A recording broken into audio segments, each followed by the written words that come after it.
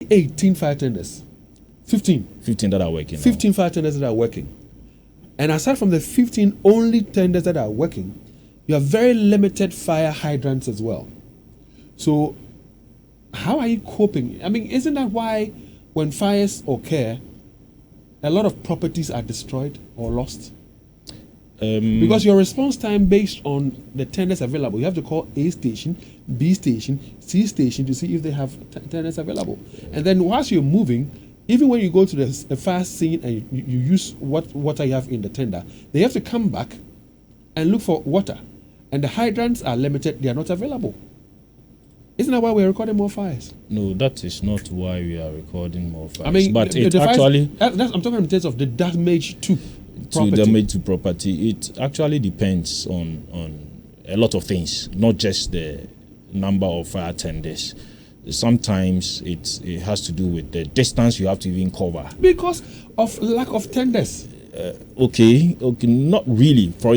For instance, the ones that we have, there are areas where we don't have at all.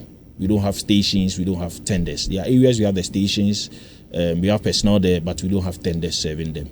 Then, like I said, it depends on a number of reasons. One of them can be the time of call. A lot of the time we get this thing wrong. There's a difference between the time of discovery of the fire and the time of call. So if you discover the fire at say 1 p.m. and you call the fire service at 2 p.m. The fire won't wait for you. That 1 hour, it will cause distraction. So if you call us early, we'll be able to move in early. I don't know if you are getting me. Okay, so but let's do this. So this fire incident that happened on Friday at Magazine Zone 21. Per the information available, the distress call came in at 23 hours. 7 hours. 23/7. That's 7 minutes past 11 p.m. All right? Yes. And then, according to the response time, it was 16 minutes. It took us about 16 minutes to get there. Would you say it's good response time? From considering where the tender came from, it's good. That's what I'm saying, that the distance itself, the distance itself affects our operations. The few tenders we have, yes, that's what I'm saying. Because if a call is placed to you, a distress call is placed, and it takes 16 minutes to get to the fire scene, like you rightly said, the fire's not waiting for you. 60 minutes is enough time for fire to really cause more havoc. The tender had to move all the way from Amponte because the one at Bremer is currently down. Is that what I'm talking about? So it had to move all the way from And Amponte. I understand the one at the Wood Market, there were over 25 tenders present at one time. No, it wasn't 20. We took about 5 fire tenders up there.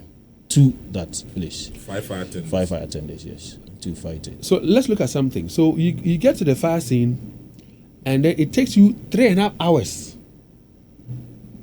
You get there 60 minutes after the distress call. It takes you 3.5 hours to put out the fire.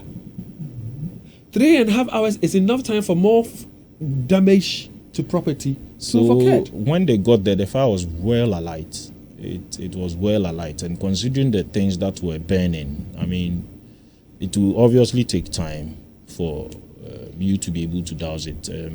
If you look at what is happening elsewhere, I mean, it has taken several weeks and months for US. What is the fire happened what is happening in the US, which was Ghana?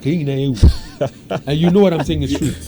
What is happening there? So firefighting, in fact, it will take time. I mean, something that has been engulfed by fire will obviously take time for you to be able to douse it.